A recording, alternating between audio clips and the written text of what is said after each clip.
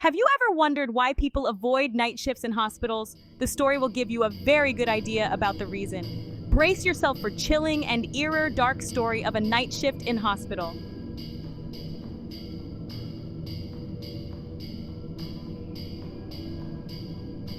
It was just past midnight when Jenna clocked in for her shift at St. Augustine's Hospital, a sprawling complex that seemed to breathe in the darkness.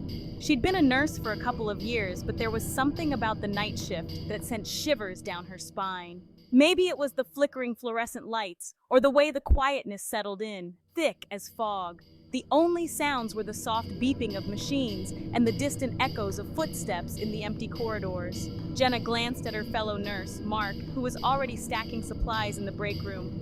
"You ever feel like something's watching us in here?" she asked, half joking. Mark chuckled, but there was a glint in his eyes.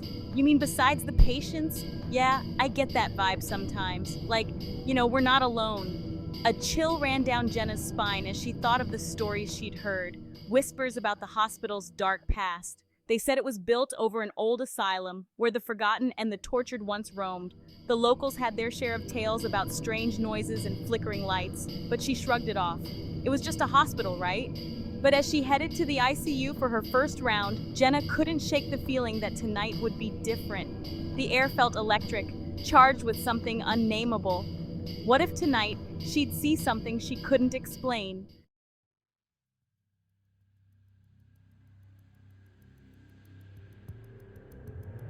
The first few hours of the shift were uneventful. Jenna checked on patients, administered medications, and chatted with Mark whenever she could. But as the clock ticked toward 3, an uneasy tension settled over the hospital.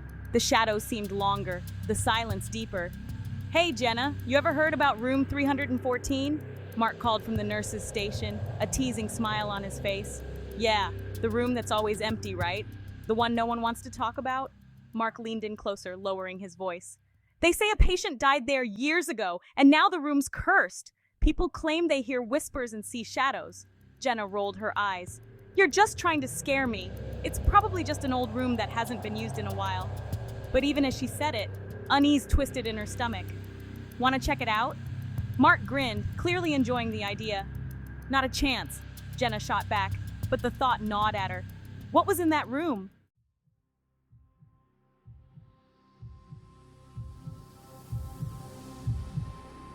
Just then, a sudden alarm blared from the ICU. Jenna's heart raced. "I gotta go!" She dashed away, adrenaline kicking in. As she entered the unit, the lights flickered ominously, and the beeping machines created a chaotic symphony of urgency. "Patient in 312 is going critical!" a fellow nurse shouted. Jenna sprang into action, focusing on the task at hand, but in the back of her mind, she couldn't shake the thought of room 314. After a frantic half hour, the crisis was averted. Jenna took a deep breath, wiping the sweat from her brow. "I need a break," she muttered to herself, heading toward the break room. As she passed the hallway leading to room 314, something caught her eye, a flicker of movement. Jenna hesitated, peering into the dimly lit room. The door creaked open slightly, and a cold draft seeped out. Curiosity gnawed at her. "Just a quick look," she whispered, pushing the door open. The room was empty, just like she expected. The bed was made, the curtains drawn tight, but then, out of the corner of her eye, she saw it, a figure, pale and shrouded in shadow, standing by the window. "Hello?" she called, heart racing, no response. The figure remained still, like a statue, as the air grew heavier.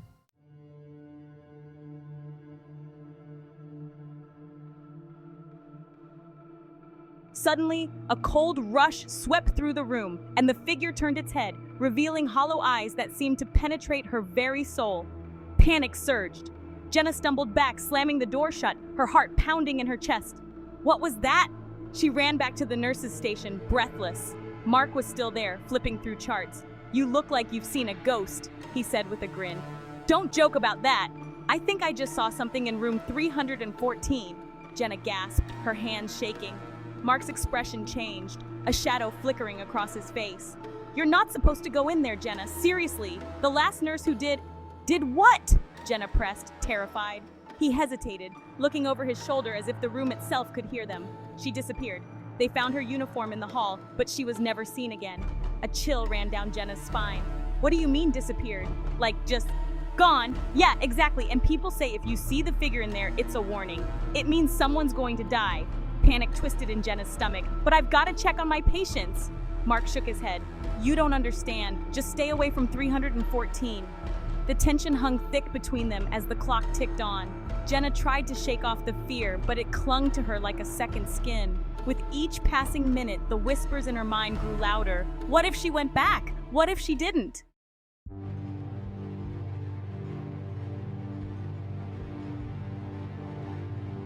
Jenna paced back and forth, the linoleum floor cold beneath her shoes. Each step echoed in the too quiet hallway, a rhythmic counterpoint to the frantic beat of her own heart. Mark's words, his face etched with a fear she'd never seen before, replayed in her mind. Just stay away from 314. Easier said than done.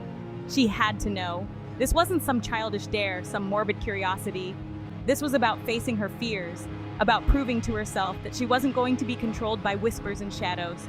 Maybe it was foolish, maybe it was reckless, but in that moment, the need to confront the unknown outweighed all reason. I'm going back. The words escaped her lips before she'd even fully formed the thought. Mark, who had been slumped in a chair, head in his hands, shot up as if she'd struck him. Jenna, no, don't be an idiot. His voice was sharp, edged with a desperation that mirrored her own churning emotions. But she was already moving, her legs carrying her towards room 314 with a mind of their own. Jenna, wait! Mark's plea echoed behind her, but she didn't slow down. The hallway seemed to stretch on forever, the flickering fluorescent lights casting an almost strobe-like effect, distorting her perception of time and space.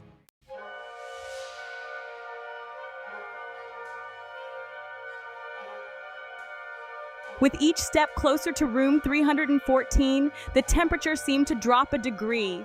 The air grew heavy, thick with an unseen presence that pressed against Jenna's skin like a damp, icy cloth. A shiver ran down her spine, and it wasn't just from the cold. The door loomed before her, a dark, silent sentinel barring the way to whatever awaited within. Jenna's hand trembled as she reached for the handle, her fingers brushing against cold metal. She hesitated, a wave of nausea washing over her. Could she turn back? Should she? No. She'd come too far to let fear paralyze her now. Taking a deep breath, she pushed the door open, the hinges groaning in protest as if disturbed after a long sleep. The scent of dust and decay wafted out, assaulting her senses. The room was shrouded in an almost unnatural darkness, the heavy curtains drawn tight, blocking out any sliver of light from the hallway.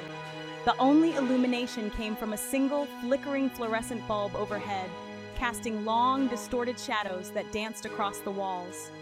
Jenna stepped inside, her sneakers squeaking on the cold tile floor.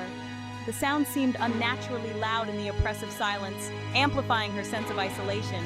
She was alone, or was she?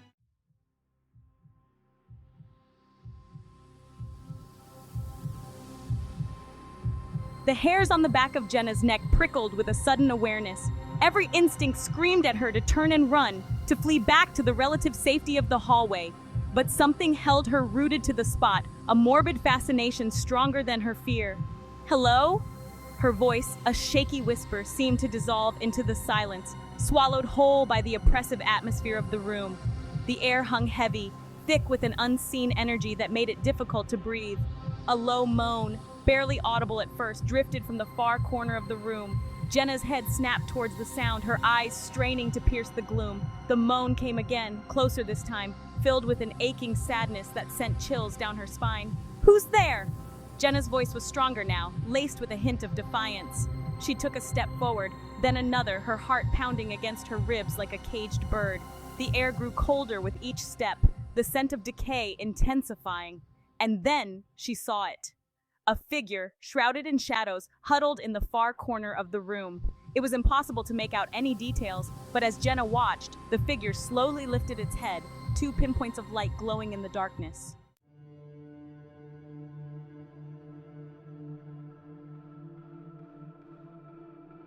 The eyes held Jenna captive, their intensity burning into her very soul. Terror, cold and paralyzing, gripped her like a vice. Her breath caught in her throat, her scream trapped within the suffocating confines of the room. "Help me!"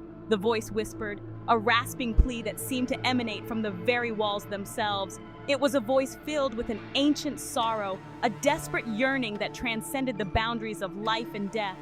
Jenna wanted to run, to escape the suffocating presence that seemed to be closing in around her. But her legs refused to obey, frozen in place by a terror so profound it bordered on the hypnotic. The room itself seemed to be holding her captive, its very air thick with unseen malice. Suddenly, the door slammed shut with a resounding boom that echoed like a gunshot in the confined space. Jenna jumped, her heart leaping into her throat. She spun around, her hand instinctively reaching for the handle, but it wouldn't budge. The door was locked. Panic surged through her, hot and blinding. She was trapped in room 314 with whatever malevolent entity had whispered its plea for help. And in that moment, Jenna knew with chilling certainty that she might never escape.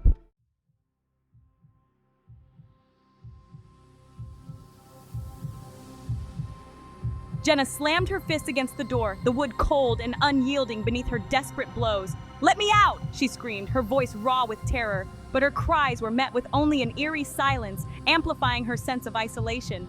The room seemed to be shrinking around her, the walls closing in like the suffocating embrace of a coffin. The air grew thick and heavy, making it difficult to breathe. The figure in the corner remained motionless, its hollow eyes boring into her like burning coals. "What do you want?" Jenna choked out, her voice trembling, but the figure offered no reply, its silence more terrifying than any scream. It was as if it fed off her fear, growing stronger with every panicked breath she took. Jenna stumbled back, her hand blindly searching for something, anything to use as a weapon. But the room was bare, stripped of anything that could offer even the slightest bit of protection. She was trapped, alone with whatever malevolent entity inhabited this cursed space. And then it moved.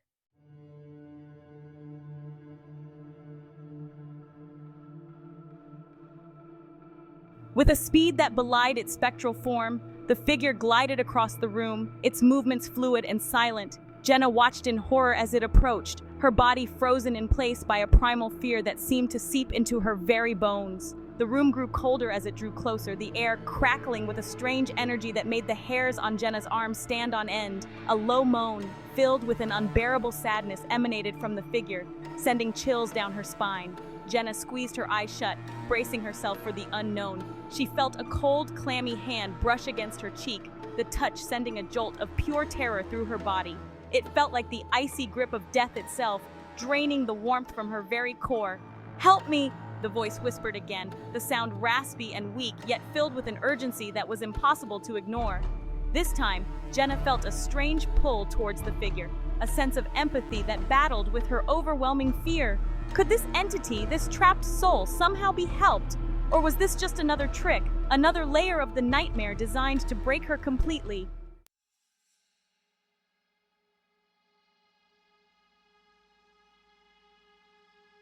As quickly as it had touched her, the figure retreated, melting back into the shadows. The oppressive weight that had been pressing down on Jenna's chest lifted slightly, allowing her to breathe. Her heart still pounded against her ribs, but the paralyzing grip of fear had loosened its hold. She opened her eyes, scanning the room, but the figure was gone. Only the faintest whisper of cold air lingered as a reminder of its presence. Jenna was still trapped, but for the first time since entering room 314, she felt a glimmer of hope.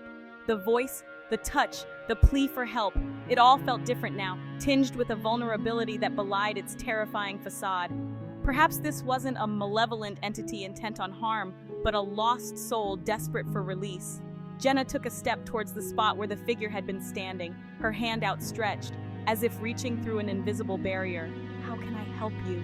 she whispered, her voice barely audible above the pounding of her own heart. A soft breeze seemed to flow through the room, stirring the curtains and rustling the sheets on the empty bed. It was as if the room itself was responding, acknowledging her willingness to listen, to help.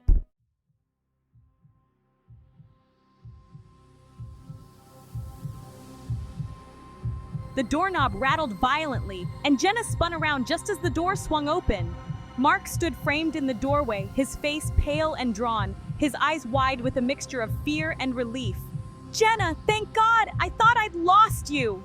He rushed towards her, his hands gripping her arms as if to assure himself she was real, that she hadn't succumbed to whatever lurked within these walls.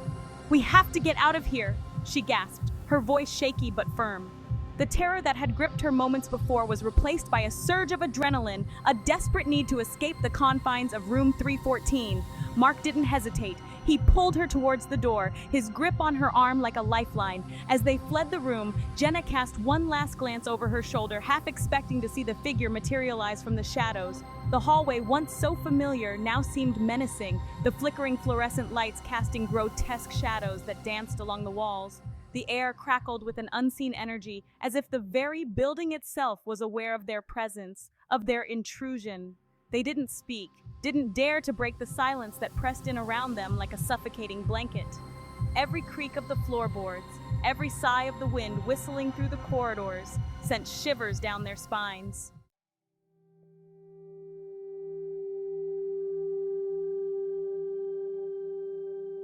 They burst through the hospital doors and into the cool night air, the sudden transition from the oppressive atmosphere inside to the relative freedom of the outside world, leaving them both gasping for breath.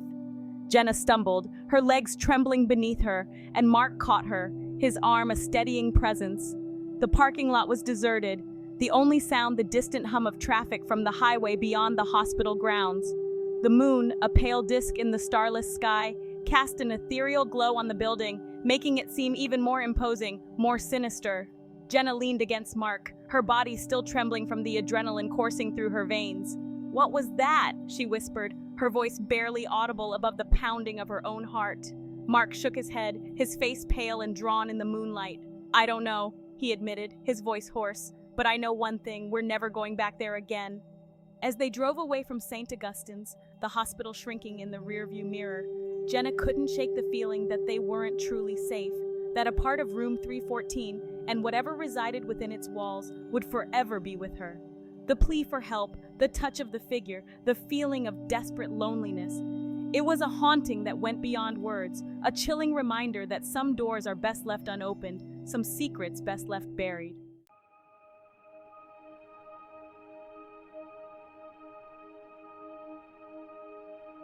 The fluorescent lights of the nurses' station buzzed overhead, casting a sterile, almost unreal glow on the scene.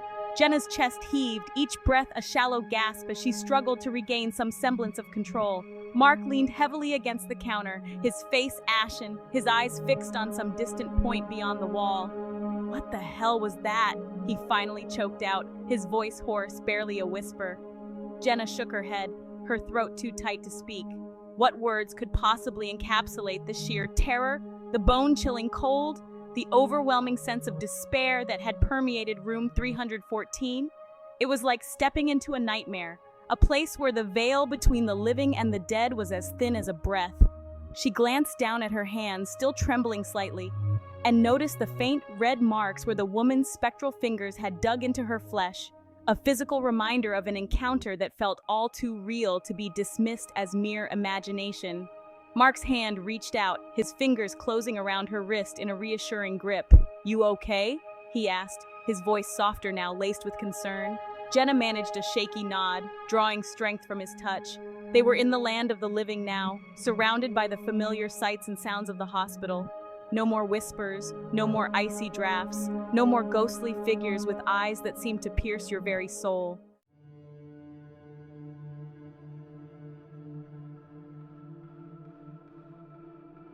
But the silence between them was heavy, laden with unspoken questions and the lingering echoes of fear. Jenna knew they couldn't just pretend this hadn't happened.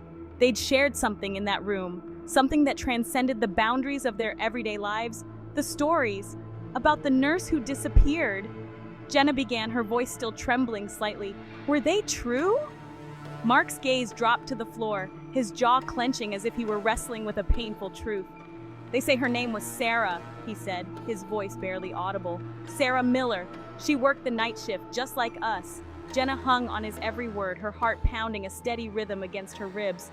The fluorescent lights seemed to flicker overhead, casting dancing shadows that played tricks on her already frayed nerves. "She was young, just starting out," Mark continued, his gaze distant, lost in the past.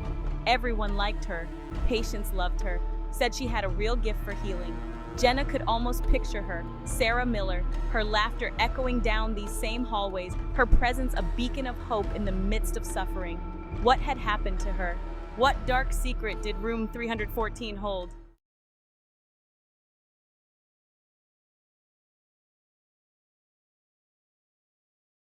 Mark took a deep breath, composing himself. One night, Sarah was working the ICU, just like you were tonight. A patient was crashing, a young man barely out of his teens. They say Sarah fought for him, did everything she could, but... His voice trailed off, the unspoken ending hanging heavy in the air. Jenna didn't need him to finish the sentence. She'd seen enough death and despair in her years as a nurse to know how this story ended. The patient died, Jenna whispered, her voice catching in her throat. Mark nodded grimly, and ever since then, things changed. Sarah wasn't herself. She became withdrawn, jumpy, said she kept hearing whispers, seeing things in the shadows. A chill snaked down Jenna's spine. The whispers, the shadows, it was all starting to make sense. Sarah's story wasn't just some morbid legend, it was a warning, a plea for help from beyond the grave. What are we going to do? Jenna asked, her voice barely a whisper. Mark met her gaze, his expression resolute. We're going to help her, he said, his voice firm, unwavering. We're going to find a way to set her free.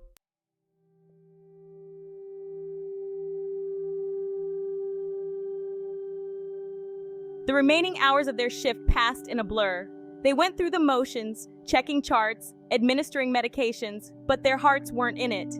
The encounter in room 314 had shaken them both to their core, leaving them with a profound sense of unease that lingered long after the sun began to rise. As they walked out of the hospital that morning, the world felt different somehow. The everyday sounds of traffic and birdsong seemed jarringly loud after the oppressive silence of the hospital corridors. The warmth of the sun felt foreign against their skin, as if they'd stepped out of a tomb and into the light. Neither of them spoke of what had transpired in room 314. There were no words that could adequately express the horror, the sadness, the sheer otherness of what they had experienced. But the shared silence was a bond, a testament to the fact that they had faced the darkness together and emerged, however shaken, on the other side. Jenna knew that life would go on. She would return to her shifts, care for her patients, and try to forget the horrors of that night. But a part of her, a small, secret part that she couldn't quite silence, would always remember the despair in Sarah's eyes, the chilling touch of her ghostly hand, the desperate plea for help that echoed through the empty corridors of St. Augustine's.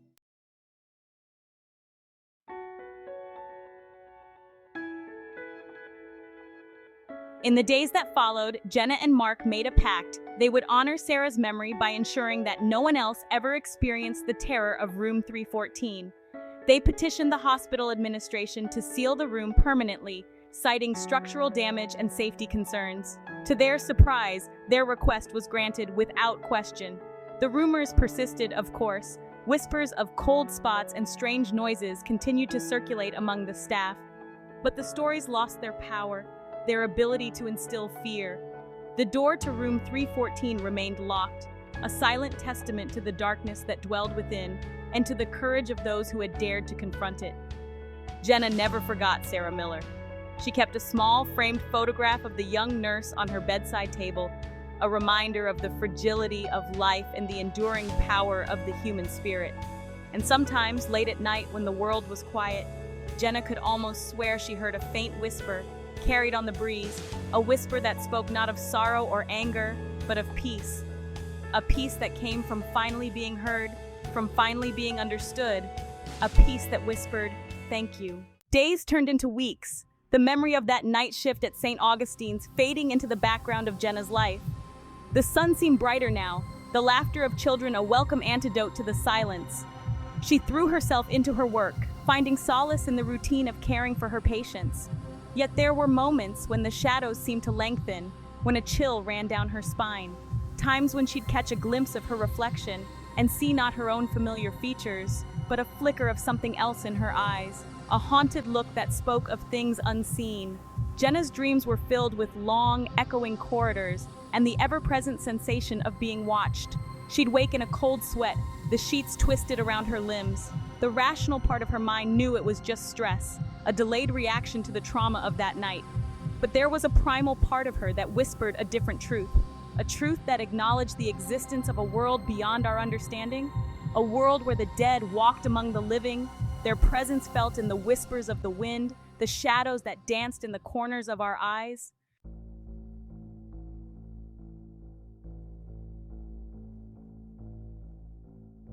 Mark, too, bore the weight of that night. They didn't speak of it, not explicitly, but the shared experience hung between them like an unspoken pact, a silent acknowledgement of the darkness they had glimpsed together, a darkness that had forever changed their perception of the world. Jenna noticed a change in him. The easygoing humor that had once been his trademark was now tinged with a certain somberness. He seemed withdrawn, his gaze often distant, as if lost in thought.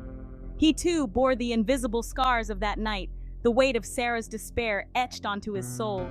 They found solace in each other's company, seeking comfort in the shared silence, the unspoken understanding that transcended words. They'd meet for coffee after their shifts, the familiar buzz of the cafe a comforting counterpoint to the sterile quiet of the hospital. They'd talk about everything and nothing, avoiding any mention of room 314, yet their shared silence spoke volumes. One evening, as they sat by the window, the setting sun casting long shadows across their table, Mark reached across and squeezed Jenna's hand. "We did the right thing, you know," he said, his voice low, almost hesitant. "Sealing that room, it was for the best." Jenna nodded, meeting his gaze. "For Sarah," she whispered, her voice thick with emotion. "And for us."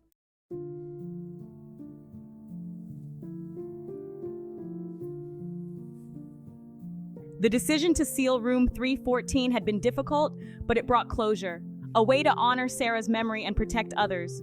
Within days, the door was replaced with a solid wall. Whispers died down, replaced by normalcy. Life at St. Augustine's went on. Jenna continued her rounds, drawing strength from her patients. She never forgot Sarah. Sometimes she'd find herself drawn back to that spot.